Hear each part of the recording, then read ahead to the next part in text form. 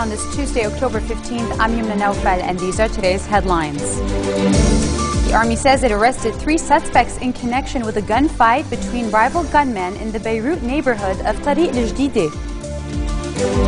On the first day of Eid, Syrian warplanes bombed the suburbs of Damascus while rebels fire mortar shells at the capital. And in Iraq, a bomb rips through a crowd of worshippers as they leave a mosque. 12 people are pronounced dead. Security forces have arrested 3 people after intervening to restore calm in Tariq al-Jadideh after the presence of masked gunmen from the Resistance Brigade, a group linked to Hezbollah, sparked tension in the Beirut neighborhood. Security sources said the sighting of Resistance Brigade gunmen around the Maqsad hospital had provoked Tariq al-Jadideh residents, prompting the locals to take to the streets in protest. Gunshots could be heard in the area, according to the sources, which added that forces have stepped up to restore peace and order. There were no reports of casualties. However, in a bid to reduce tensions, Saeed Shmali, also known as Abu Ali, who is reported to be the head of the resistance brigades in the neighborhood, was escorted along with his family by law enforcement forces out of their home to an undisclosed location. Several masked gunmen were also withdrawn from the streets. From Tariq al-Jadideh to Dahieh, where a booby-trapped car was seized yesterday by the Army, contained around 50 kilograms of explosive material. This is according to an Army statement. It comes as President Michel Sulaiman hailed the military institution for its achievement. The vehicle turned out to contain around 50 kilograms of explosives, 3 landmines, 6 anti-vehicle grenades, a quantity of TNT, and some 20 kilograms of aluminum powder that is mixed with yellow sulfur and electric fuses. The Army Command noted that investigations are ongoing under the supervision of the relevant judicial authorities with the aim of identifying those involved in the criminal act, urging citizens in all Lebanese regions to immediately report any suspicious activity. Meanwhile, President Sulaiman hailed the Army for seizing the car and lauded its efforts. At least 15 Syrian shells hit several towns in the northern city of Akkad, according to the state-run national news agency. As much as 15 shells have landed in several towns in Akkad, according to the city's residents. The national news agency said, adding that no injuries were reported. The NNA also remarked that the shelling caused power outage in several regions. Witnesses told Naharnet that around 9:30 p.m. yesterday night, around 17 shells launched from the Syrian side of the border landed in the northern towns of Hikr Janin, Kashklak, Al-Arma, Noura, Al-Dababiyeh, Minjiz, and Amal Bikat. They also pointed out that the power outage was due to targeting an electricity source. The NNA noted that the shelling was accompanied with gunfire targeting towns and were also shot from Syria.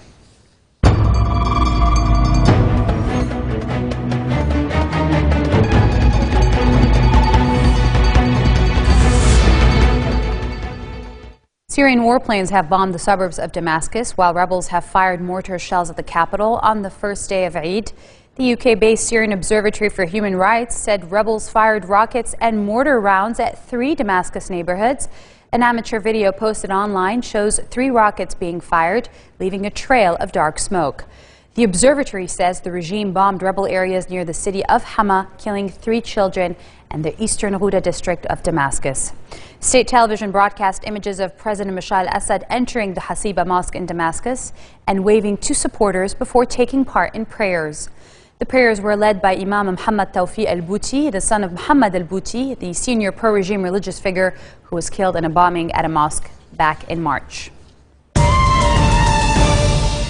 Eid al-Adha holiday also began in Iraq with a bomb ripping through a crowd of worshippers as they left a Sunni mosque, and it killed 12 people. 3 children, a policeman, and an army officer were among the dead from the blast in the northern city of Kirkuk, which also wounded 26. Bodies, their clothes covered in blood, were placed in the back of a small police pickup truck to be taken away. On Monday, UN envoy Nikolai Mladenov had called on leaders to unite to stop the increase in bloodshed. Almost nothing is safe from attack by militants, and violence has reached a level not seen since 2008 in Iraq, when the country was just emerging from a brutal sectarian conflict. The increasing number of attacks on both Sunni and Shia gatherings has raised fears of a relapse into the intense sectarian bloodshed that has killed tens of thousands of people back in 2006 and in 2007. Negotiating teams from world powers and Iran have arrived at the UN's European offices in Geneva for fresh talks on Tehran's controversial nuclear program, the first such negotiation since the election of the Iranian President Hassan Rouhani. The talks in Geneva involve representatives of Iran and the permanent members of the UN Security Council, plus Germany, the so-called P5+1 group. Iranian diplomats are expected to face pressure to scale back their country's enrichment of uranium in return for the easing of tough U.S.-led sanctions that have crippled Iran's economy. The election in June of Rouhani, who has pledged to smoothen Tehran's international relations, has raised hopes of a negotiated solution and thawed relations between the U.S. and Tehran.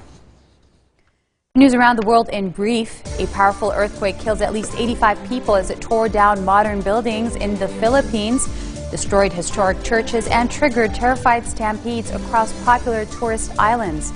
15 of the confirmed fatalities were in Cebu, the country's second most important city and a gateway to some of the most beautiful beaches.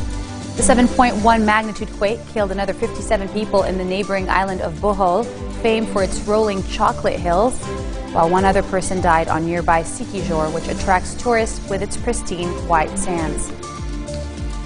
On to Typhoon Nari, which slammed into central Vietnam, killing 5 people and causing widespread damage, which residents say left a popular tourist city looking like a battlefield. The storm, which claimed 13 lives in the Philippines over the weekend, tore through the communist country's central region, hitting the UNESCO-listed ancient capital of Hue and the city of Da Nang. Residents said it was the biggest typhoon since 2006, when Typhoon Xiangjan barreled through the region, killing 250 people, both in the Philippines and Vietnam. Coming up next, on a much lighter note, we talk Italian food and restaurants in Lebanon with La Posta owner and CEO Michel Fenaini. Stay with us.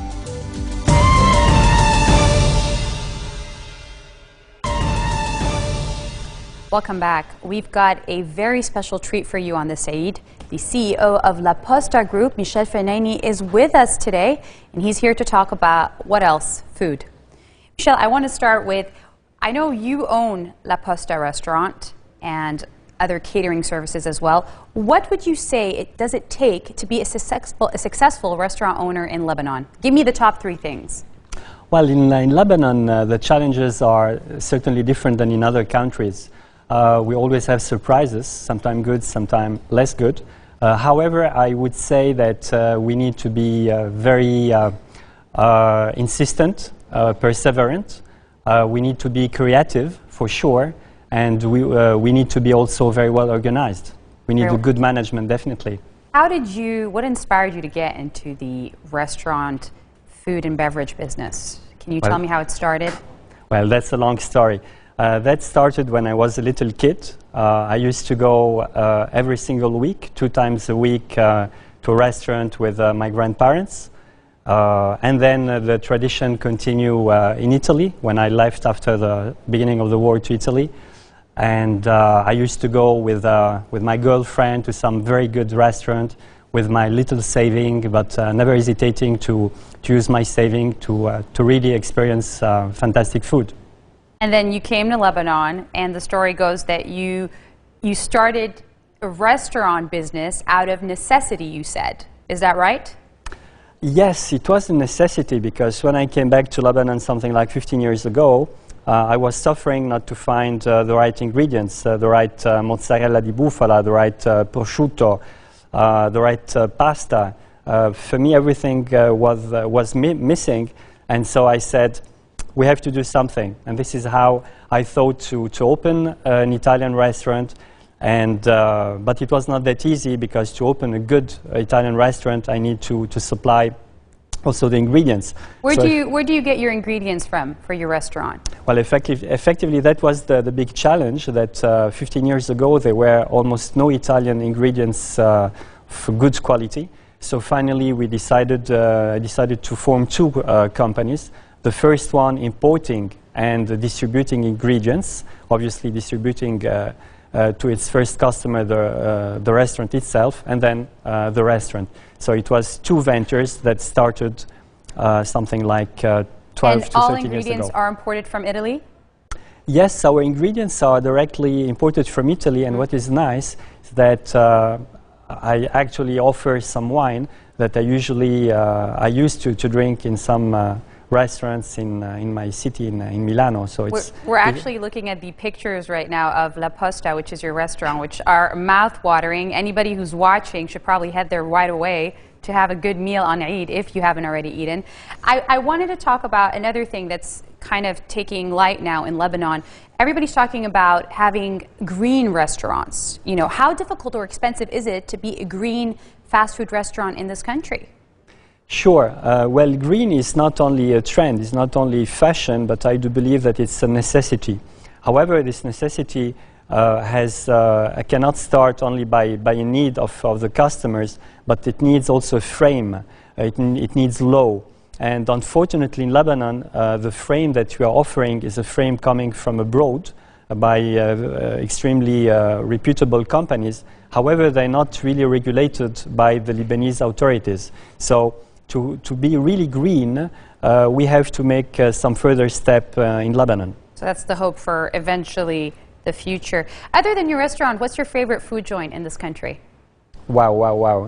Yeah. I know you're friends with a lot of restaurant owners, but give me your favorite one other than La Posta. You are tricking Yumna, but I'm going to answer to your question. Not easy. Well, we need to know where to eat, right? So tell us. Well, I would say that I'm very often to a fantastic restaurant, a Japanese restaurant called Shogun. It's a very old restaurant as a Japanese restaurant. It also has something like 15 years. And it's not only a restaurant of a great friend of mine, but it's Shogun also follow the same philosophy that you have at La Posta. So they import their own product, the freshest one, the best ones, and they are wonderfully cooked by a great team of chefs, experienced chefs. Shogun, yes. The Shogun one. Michelle, what's the worst meal you've ever had? Oh, yeah. What's the worst meal you've ever had? Describe an awful meal to me. Yeah, sure. Well, I try to avoid to go in some places where I could be disappointed. For me, an awful meal is not... What places are you disappointed in? Well, exactly. Tell me what places you're disappointed in. You are not that kind today, Yumna, but I'm going... we want to know what places to avoid. It's a legitimate question. Sure. Well, honestly, the places I try to avoid when I want to really be satisfied is some of the most ambitious ones. I mean that when a restaurant has big ambitions, obviously I'm expected to be treated... What restaurant has big ambitions? I would say that when I need really not to be disappointed, I go to some restaurant that offers consistency. So I can answer to your question saying that some basic, even let's say fast food restaurant, not very ambitious in terms of refinement, being consistent, do not disappoint you. So this is very important for me. Okay. I can't take credit for this question. I saw it on Yelp.com and I liked it, and I'm going to end with this one. If you're scheduled for the electric chair, what's the last meal you order? This is also a very difficult question. Well, I would say that I would be hesitating between a spaghetti al pomodoro and a pizza margherita with a wonderful mozzarella bufala cheese. All right. So I don't know if I can have a meal. Can you ask for a little bit of both? Maybe ask the guard if you before the electric chair. Ask a half. Maybe if I would have to go on the electric chair in Lebanon, and since sometimes some people in Lebanon are corrupted, maybe they would accept to have 2 meals instead of 1. Thank you so much for joining us, Michel. On that note, hopefully everybody's headed to La Posta to have some Italian food, maybe half as well. And let me remind you of our headlines. The Army says it arrested 3 suspects in connection with a gunfight between rival gunmen in the Beirut neighborhood of Tariq al-Jadideh. On the first day of Eid, Syrian warplanes bombed the suburbs of Damascus while rebels fire mortar shells at the capital. And in Iraq, a bomb rips through a crowd of worshippers as they leave a mosque. 12 people are pronounced dead. Those are your Tuesday headlines live from Beirut. I'm Yumna Naufal, wishing you and yours a happy Eid.